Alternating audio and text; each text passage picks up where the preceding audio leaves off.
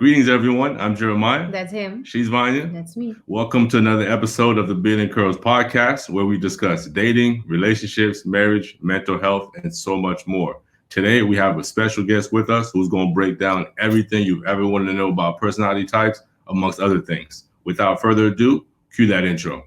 What's up, guys? It's your girl, Margot Bingham. Karen Parsons. You're now tuned in. You're now tuned in. You are now tuned in. You are now tuned in to Beard and Curls. Beard and Curls. Beard and Curls. Beard and Curls. Beard and Curls. Keep it locked. Our guest today is highly skilled in motivational interviewing and personality types. She also has high emotional intelligence, but more importantly, she is a lover of nature, people, and cultures. Gloria, welcome to the show. Thanks for having me. Awesome. So you're MBTI certified, is that correct? That is correct. All right. So can you explain to our audience exactly what that means? Yes, absolutely. MBTI stands for Myers-Briggs Type Indicator, and it helps us really assess and break down, if you will, a person's preference in their relationship. So if you think of, I'll use the workplace. You sit next to your desk mate who you work on projects with. And every time you go to a meeting, they take a lot of notes and they have like this humongous folder and it's full of just information. And then you have the other teammate working on the exact same project, but they don't maybe take notes or they doodle as a stress reliever, if you will.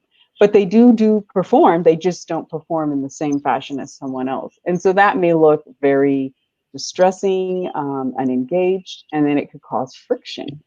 Take that even home. So you marry this wonderful man or this wonderful woman and you are traveling, and your partner, your husband is like, where's the list of all the items that we're going to need, the shampoo, the sunscreen, etc., or the snowboarding equipment, whatever. And then the other person is, I'll just, day of, I'm going to throw everything in there. We're going to be good. As long as we're at the airport 2 hours before. Those types of nuances could cause some great stress because A, the one may think you don't value the importance of having a good time because you didn't set out all of this information. B, the other person doesn't understand why you're not having a good time because we're going to have a good time, and be very stressed by the lack of openness or relaxation. So that's just kind of like a little snippet, if you will, on what personalities will conflict because they don't understand the preference and the needs of their personality. Thank you for breaking that down for us. Definitely. I was just curious, like, when did you develop this interest in personality dynamics? So I've always been interested in people. I've lived in several countries. As I grew up and became a nurse and worked with people from the early 1900s to present day, you really see different personalities. And so it always caught my interest. And then I had an opportunity at my company to actually become certified. All the light bulbs came on and I'm like, okay, got it. So as you mentioned, you've had this passion for a long time already. And then you did the certification. Was there anything that, like a specific thing that stood out after you did the certification that you were like, okay, I knew a lot about this, but this totally blew my mind? Like a revelation, like an eye opener for you. Well, actually, yes. So I'll share. I am an extrovert, and if you're wondering, and my husband, I believe, is an introvert. If we have the option to go out somewhere, he prefers smaller crowds, whereas I'm like, let's go, I would go to a craft fair or whatnot and be totally content. We will do those things, and he does join me with them. However, our favorite times together are we love to ride on a motorcycle, or we go down to the coast and we find some little place that nobody's really at, and it's just him and I, and we're very content to do so. But what blew my mind is his understanding the things that, for lack of a better word, annoyed me about him, which I know my things annoy him, is why we had this rift, if you will, or misunderstanding is I understood early on in our marriage that he needs time to process things and he likes to make lists. Well, that's not my preference. Let me ask you this, so I mean control the Gloria. So Sure. in that case, who has had to make the most adjustments or the biggest adjustment? Well, so, it's funny you say that. I don't think it's been one or the other because we both can still be, and our preference is just understanding. So it's kind of like, for example, I love vanilla ice cream and I love gelato. Like, that's it. My husband loves mint and chip. That's never going to change. So I would never serve him lemon gelato and he would never serve me mint and chip just because it's not going to ever fly. And if it happens, then we're going to switch. So that's kind of how, once you are aware of the preferences, you'll see them and you'll be like, oh, so I see that you're writing a list because you're planning out something. And then now the ball's in your court. Okay, so we're going to plan something. And my self-awareness is telling me this is important to him. It's not that important to me. However, because I value him, I'm making this, understanding his priority into it. Now, before I would see him do that and I would question, and then the question could be, well, don't you understand this is what we need to do? That is what you need to do. It's not what I need to do. However, understanding the differences is what, makes it a little better. And then my husband will say, hey, tomorrow, well, see, he's still planning, but that's okay. I'm going to go with it.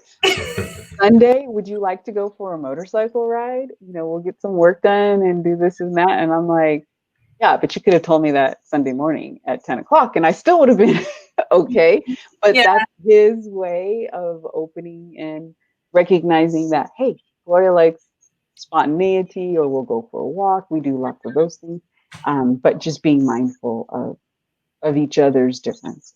Okay, awesome. Yeah, I just wanted to say, like, it's interesting because he likes to ask me, like, okay, so what's the plan? What's the plan? What's the plan? Strategy? What's the strategy? What's the plan? I'm like, what's the plan? What's the strategy? I have no plan yet. Right. So that's a great example. I am more like, Go with the flow. I mean, I do have plans, of course, but sometimes when he asks me for the plan, like it can feel like too much in that moment because I don't have a plan for every single thing. Right. So I think it's interesting that you brought that up because we go through that. That's definitely how it is in our household. Right. So Jeremiah, you probably, if you tell her that and she could just give you maybe 2 or 3 steps, I'm guessing, you would be like, oh, okay. So the plan could be as simple as we want to go down to the beach for the day.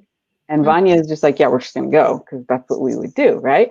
But Jeremiah would like to know, we're at beach, maybe we're going to go to Laguna and we're going to have great tacos that Gloria showed me at Laguna Beach and then go get ice cream. So that's all you would need to tell him, Vania. And then the rest of the day, when you get there, you could go fed. Just go with it. Just be like, oh, Jeremiah, so don't forget, you're going to eat. So Jeremiah knows he's going to eat. Jeremiah knows there's going to be dessert. And you might, sit on the beach and hold hands for a while. Like it could go that way too. But along the way, you might stop at a dress shop. You might find, some fun thing to look at. Although Jeremiah can be like, okay, we're going to eat. So, he's thinking dollars. Maybe he's thinking, okay, I need money for food or this and that. But what Jeremiah could do also, knowing who she is, put some extra money or put some extra time or flexibility. She's probably going to want to hit 3 stores in between the food and the gelato because there might be something out there. At least. So let's start with the introvert and extrovert differences, but I want to just dive a little bit deeper. Okay, yeah, I can share about extroverts and introverts. I'll start with introverts first. Okay. Introverts tend to take information in and keep it, if you will, to themselves. If they have a conflict, they're going to go inside and process what that information is. Very helpful if you have a disagreement with an introvert.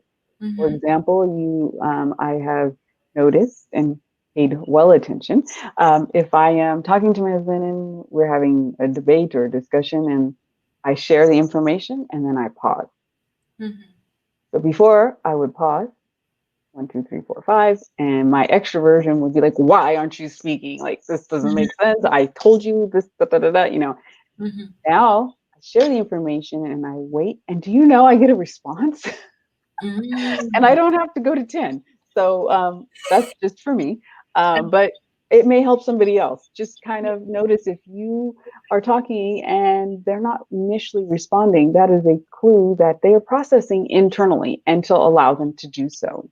Okay. Introverts also, um, when they're stressed or overwhelmed, do Mhm. not, their idea of a good time is not to go out with a bunch of friends after work, after being around a bunch of people and talking all day. Their Okay. preference would be to go home Mhm. in their house, maybe take a shower, to just maybe read a book, maybe not have any stimulus of any kind, Mhm. take a walk by themselves. And it's not because they're mad at you or anything of like that nature. They're just needing to, they've been up. There's too much energy being thrown at them all day that Mhm. now they just need a little bit of quiet.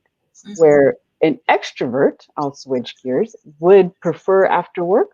Absolutely. They would have no problem going out to dinner with one person, 10 people, Mhm. going to an amusement park, even if they've been around people all day long. They would just, they feel and thrive on the energy of others. So, You said for that. I example, would actually ask you about that. So, is it about where you get your energy from? Because it sounds like the extrovert gets energy from being around people, and introvert not so much. that is correct. The extrovert gets energy from being around people, the introvert, not so much. They might mind one or two. However, more than that will be overwhelming. And typically, that person that the introvert is around is very aware of their preference. And so they don't overstimulate, and they're very mindful of their preference.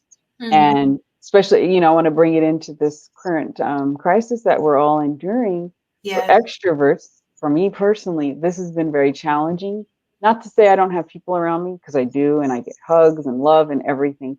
However, this time can be a little taxing for extroverts because the lack of people connection. And then when I go to the store, everybody's very strange, and then they look like, what is it, The Walking Dead or whatnot.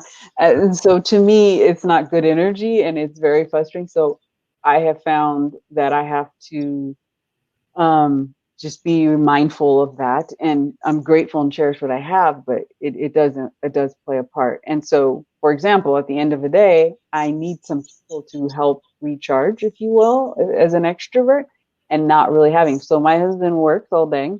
He's Mhm. around people. He comes home and he's like content to not be bothered. Whereas I could just say, "Oh, let's get on the bike. Let's go here. Let's go." If we could, or I found he does need that time, so I leave him be, and he's very content. And it's not because he doesn't talk to me. He greets me and everything, but then I give him the space. Extroverts, when they're upset, they need people, someone to talk to and vent about it. Whereas an introvert is content to go sit in a chair with a book or no book and just kind of have some deep thought. Not to say this is a preference, and I really, really want to stress that.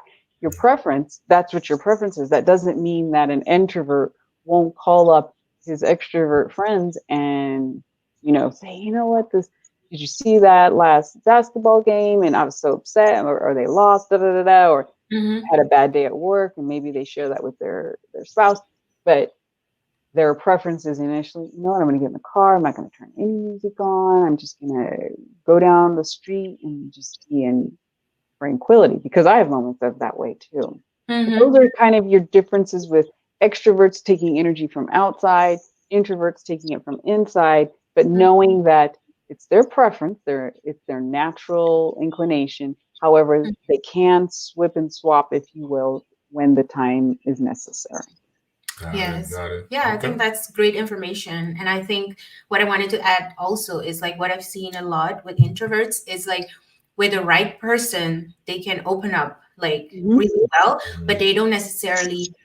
So I feel like their goal is not necessarily to open up with anyone, but it's like the comfort that they get from Yes. specific people. Mhm. So it's more about the quality. Yeah, like And Correct. tell her, like, for me, it has to be the perfect combination. Like, I have to have the right person at the right time, and Right. for me to be in the right mood for it all to come together. So, Right. if you put like two people together that I really like, and then you put a third person that I'm not so fond of, it may not work well.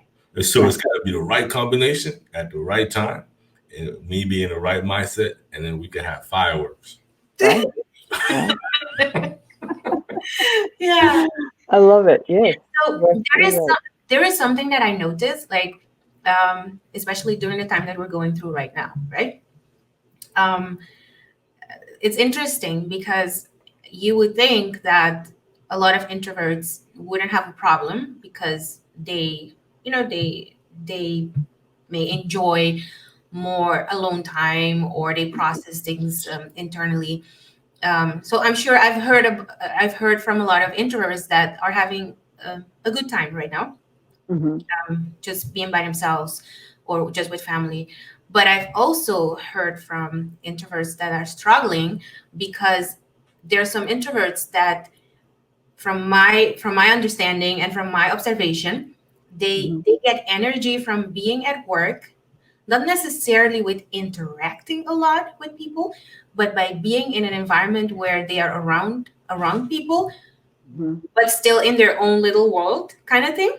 Right. So by being at work, they don't need to necessarily make any effort to be around. They just are around people, but they can still be in their own cubicle or their own office. So they're kind of missing that people dynamic, even though they don't really do a lot of one-on-ones. You see what I mean? So that's something interesting that I noticed also. That is true because it's their preference. So their preference is to take information in.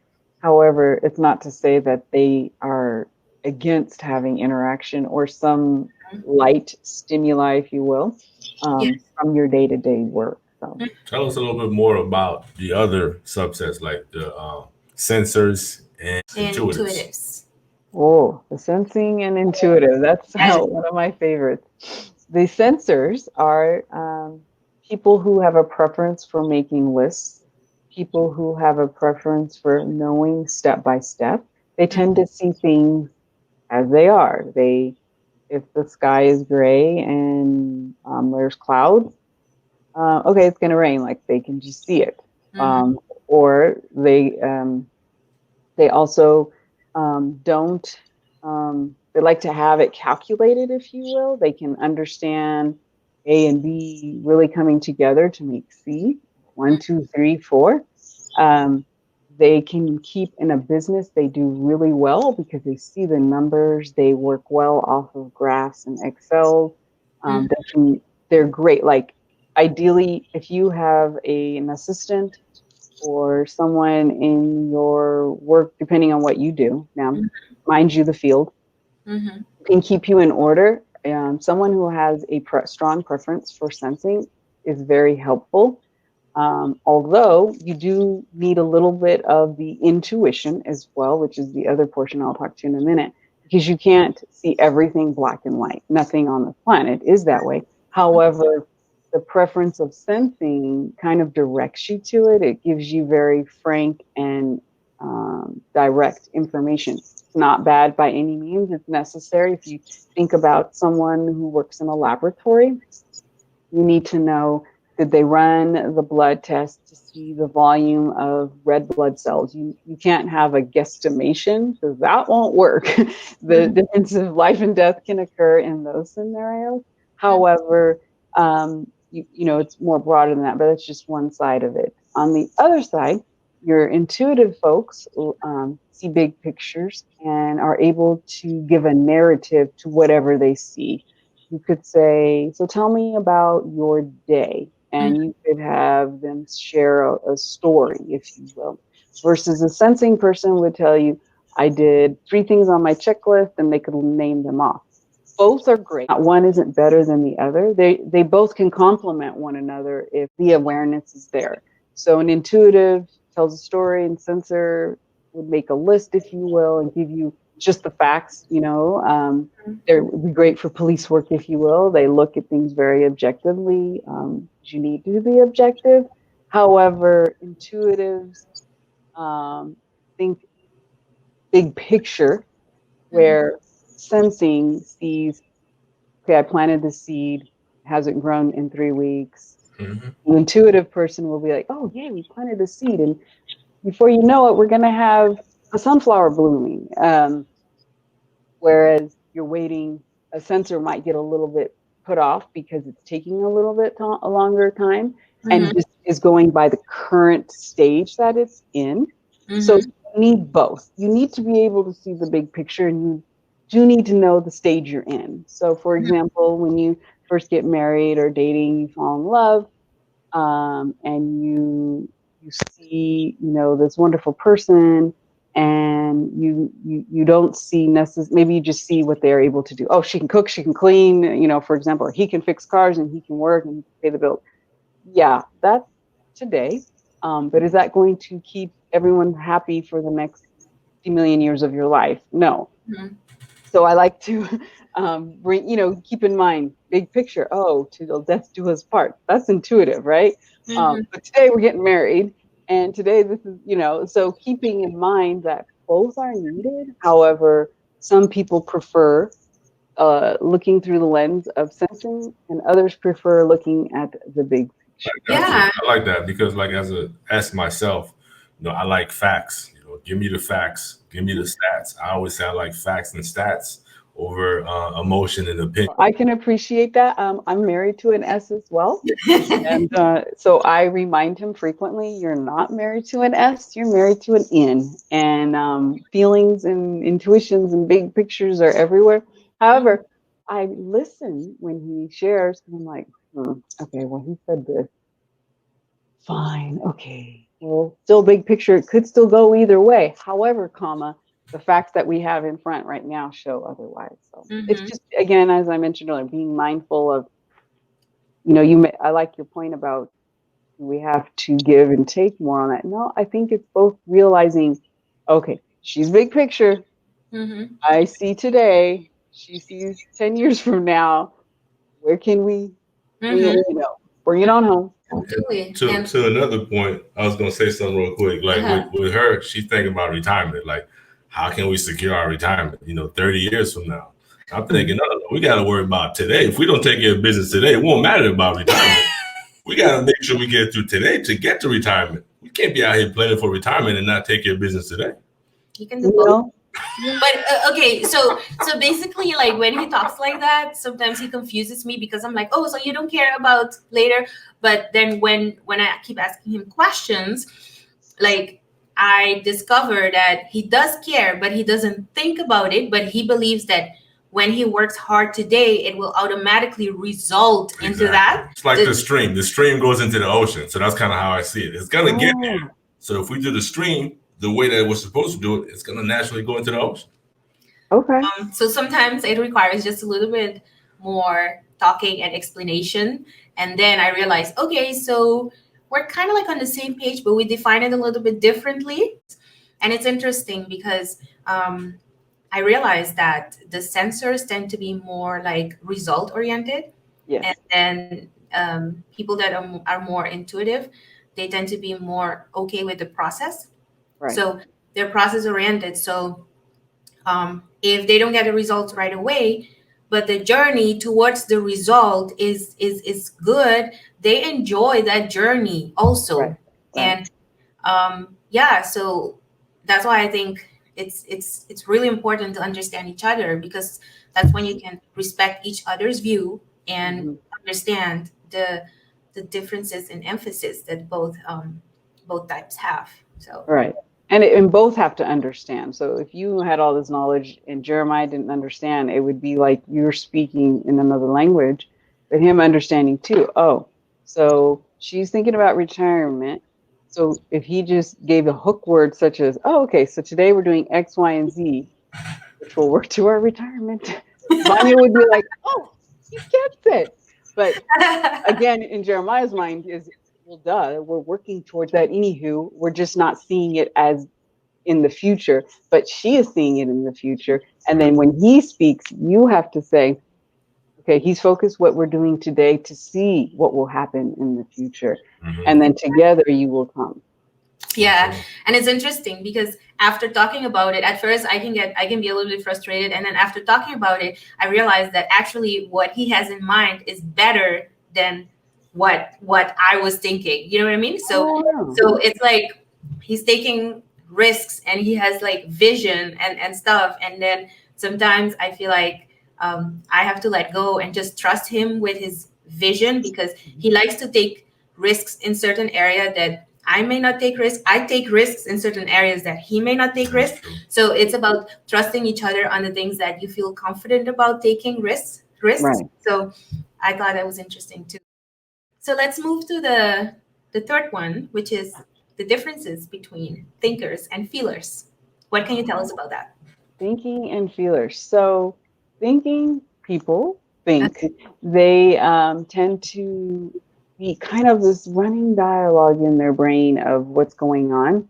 And if they're an introvert, it's running even more because it's all internal. Now, not to say that an extrovert can't be a thinker, because then that gets a little bit different, because then they're extroverting all those thoughts at times way out all the time.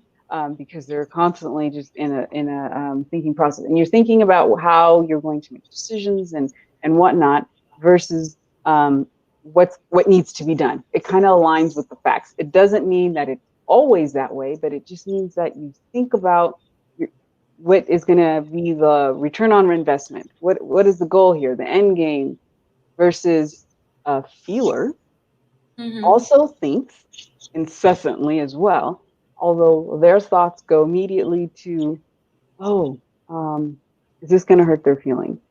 Not to say that a thinker doesn't care about people's feelings, but if the end game impacts a person's feelings, the thinker's considering that. However, the feeler thinks about that first. Feeler makes decisions based on how it'll impact people. It'll make decisions on if, for example, if someone has spinach on their teeth and we're doing this podcast, the thinker might say, excuse me, you got something right here. Feeler will tell them as well, but maybe pull them aside, maybe not in front of everybody. Are both wrong? No. Are both right? No, they're both fine. It's just their approach and how they will address somebody with spinach in their teeth to not be so, how you want to embarrass them or not. But a thinker is not because they're trying to be embarrassing. They're just being honest. Look, you got spinach in your teeth. We're on a live cast. Let's take care of this. A feeler also is aware of that, but would be like texting, hey, you got spinach on your teeth maybe, or hey, can you get off the camera? I want to tell you something. There's just different ways that a feeler would approach to that. A feeler really bases their decisions on the concerns of others and what impact that's going to make on them. All right, so let's wrap it up then. So let's finish out the last two letters: perceivers and judges. Perceivers and judgers, yes. So you might hear that and think everyone's perception is skewed, and people who are judgers are judging everything all the time. And so I want to discredit that. It's not true. We'll start with judging. Judging is just how you judge the time. 10 o'clock. In my earlier example, we're going to have coffee, Vania. We're going to meet at 5-ish. Or even a real time. If I'm going to meet with Jeremiah, I'm going to be there at 5 o'clock, I promise. Because he would prefer that we start on time. But those who have a preference for judging, they see and understand deadlines very well. Not to say that people who have a preference for perceiving do not, because they do. If I had a whiteboard, I would draw two people who have a project that is due, and it's due, let's say, by May. Let's give it June, and we get the information, we get all the facts. And between a person who has a preference for judging, we'll get all the notes in order, and we'll have begun the project, and we'll be working steadily, right, between now until June 1st. A person of perception will look at the information and say, I got until June. All right. You know what? Hey, Vania, do you want to go to the ocean with me today? Yes, let's go. Vania, let's leave work early today. We'll leave at 4. We'll be at the spa. Yes, let's go. and she'll say, "Don't you have that project?" I'm like, it's not due till June. And then come May 20th, maybe starting a little bit earlier. Let's say May 1st, we'll look at it again. But they literally drew this like circle of just drawing along. And then at the end, you just see all the work is done, perhaps the night before, where the person with the judging preference would have steadily worked and knocked it out and been complete on the day, if not maybe 15 days in advance, which is great for a couple things. If it's done that in advance and you're able to present your work and there is some nuances and whatnot, it's perfect. However, if you work in other places where deadlines are set and then nuances are arising, a person with the perception or a perceiving preference is going to be hooked and be like, well, what's the point in rushing to get this done? Because every time you have pushed, it doesn't work out and the date gets pushed again, which drives the judging person crazy because they have spent diligent time and they know they can't play until the work is done. Where a perceiving person is like, oh, we're going to play in between the entire process so that we can make this fun. Awesome. Well, thank you for breaking that down for us. So when it comes to dating, how important is personality? Understanding it is very important. If you are, when you first date somebody, all the nuances glaze over any of the annoyances. So if a person is an introvert, and I see a lot of introvert guys who are very brave and meet extroverted women, such as Vania and I, because we're awesome. And so that's why we have an introvert men in our lives. But they come up to us, and correct me if I'm wrong, Vania, but like the way that my husband approached me was very just smooth and quiet and very intentional. Like it wasn't bells and whistles, and like I've dated other guys and I was just like, oh, no, thank you. And he was just he would sit in the car and he was like, yeah, we're going to be together. Like there was no doubt. No doubt. And I was like, oh, we are. But when I think about that, it's kind of like, it's true. When you know, you know. And he said, because he knew who I was from before, he did not want to let me go again. Sounds like Josh knew what he wanted to do, and that's that S in him right there to be able to sense like, okay, this is what I know. Yeah. I know what I know. I feel what I feel. Exactly. Yeah. And it's funny. It's interesting how you said like he knew and no doubt nothing. Because that's what I experienced with him too. Like we actually met online and he knew since then before meeting me in person. And I'm like, how do you know? I mean, of course, I was super, super interested and I liked him right away. But there was something about his confidence, the way he pursued me, because I like to be pursued. And I think he did a really good job because he really made me feel very feminine in the whole process. I'm like he was so certain about everything. Yeah. And I had a checklist approach and she fit all the boxes. Nah. Yeah, I knew what I wanted, and she knew exactly what I wanted. So see, and that's that you're going back to your point, knowing what you know, and then working through. I don't want to use the word mitigate, but it kind of is. Okay, she is going to wander, and Jeremiah's going to be like, nope, 1, 2, 3, 4. But yet you two can bring your wandering 1, 2, 3, 4s together and make it beautiful. And I think like, because we have the same personality type, right? I think we need and want somebody like that, like when you meet somebody that is your match, and you just need to be able to trust that person, because there are other people with the same personality type but that you still may not trust.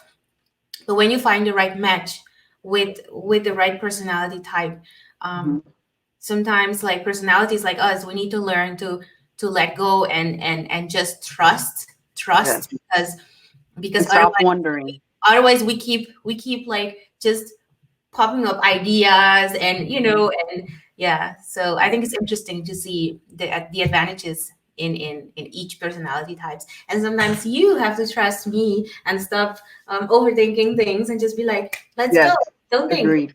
Let's go. Yeah. So it's the balance of spontaneity, you know. Mm-hmm. What advice do you have for parents who have children with opposite personality types? Oh, so once you understand, like, if you just understand the 4 different types Mm-hmm. and you see those types, granted, you would have to obviously take the assessment, which we can provide information on that, but take an assessment, doing a little evaluation, and then speak to someone such as myself who could help explain that. Mm-hmm. That would help you, you know. My one, in fact, I have 2 daughters. One they both say they're introverts, but I'm not quite so sure. They have preference for others, but Mm-hmm. one for sure is definitely introverted, Mm-hmm. and the other prefers, you know, she likes her downtime, her preference for it. However, she draws energy off of people. Mm-hmm. And so just knowing that, and then if they're having conflict, just being able to say, explain this, but you would have to do it, you know, in juvenile terms, if you will, or just being mindful that not everyone is going to want to play, give them a moment, those type of things. That would probably be the best way for me to share it with children. But they don't typically test children until 14. However, the Okay. N in me said while I was taking the class, I wonder if we did this in kindergarten. Mm-hmm. My thought process is there's studies that show a child learns behaviors from 0 to 5, and they mark them for life in the sense of who they are. Who Mhm. influenced them from 0 to 5 impacts the person through their entire life. So if Mhm. they have a positive upbringing from 0 to 5 or traumatic, it's very evident. And Jeremiah, you see it in the work that you do. Mm-hmm. But if we did this at age 5, we would really have to modify the test to where it would be elementary, but still validated enough to result. Because as you age, your personality changes based on the preference or the rearing, if you will, that's provided. So switching gears now a little bit. So as a curly-haired woman, what is your take right now on how curly-haired people are being portrayed in society, mainstream media? What's your take on it? Well, I've seemed to see a change or a there's a word I want to use it. It'll come to me. A Shift. transformation, a shift. Yeah, a shift in the um, pride and joy, if you will, of being natural. Mm-hmm. Generationally, uh, if you look at women with curly hair, particularly African American women, it was kind of frowned on, and they would flat iron it. If you look back, just going through like the parents' generation that grew up in the '60s, they would flat iron it, they would make it straight, they would comb it back, they would dye, you know, all these things. And now, more and more women of color are free to. I've always thought the afro was beautiful and full. I know when I was a little girl, my father had a hot comb and pull it out. And my mother, now she's German, but she would roll her hair, and then she had this pick that was like my fingers, and it would come out, and she would have this nice bulb, if you will. Mm-hmm. And they were so happy to do it. And that was the '70s and '80s. And we lived in Europe, so it was a little different. Then we come to the States, and you know, they have that, what's her name, that model with the Twiggy with her straight hair. And then the women with curly hair, you just saw that flat iron and straighten it. So I can attest in my life, I've only done it 4 times, straightened it. Mm-hmm. And I prefer the curls. I love them. I wear them up, I wear them down, whichever way. I'm not really one for straightening it. And for dyeing it, I prefer to use henna Mm-hmm. because I don't want to damage it. There was this craze, the girls were doing Brazilian blowouts and straightening their hair. I'm like, why? I don't want to. I look unique. I wish to keep it. And so for me, I'm very proud of my curly hair. My sister, we both have the same. Mm-hmm. And so I promote it. If I see women that have them, like, wear it natural. So I love it. And I'm glad to see the shift. Awesome. Okay. All right. Excellent. Well, thank you for sharing all of that with us and all the incredible insight. So if somebody needed to find you online, how can they reach you? Well, I'm on Instagram, and you can find me also on Facebook under Gloria Stowe, but under Instagram, it's lady_Gloria S. And if you want my email, feel free to connect with Jeremiah and Vania for that information. Gloria, it's been nice having you on the show. Thank you for taking the time. We appreciate it. Yes, thank you so much. It was a lot of fun. Oh, thank you guys for having me. I thoroughly enjoyed my time with you guys. I look forward to doing it again. Definitely. Well, there you have it. That's our show for today. Thank you for taking the time to tune in. And as always, like it or not, beard and curls is the new his and hers.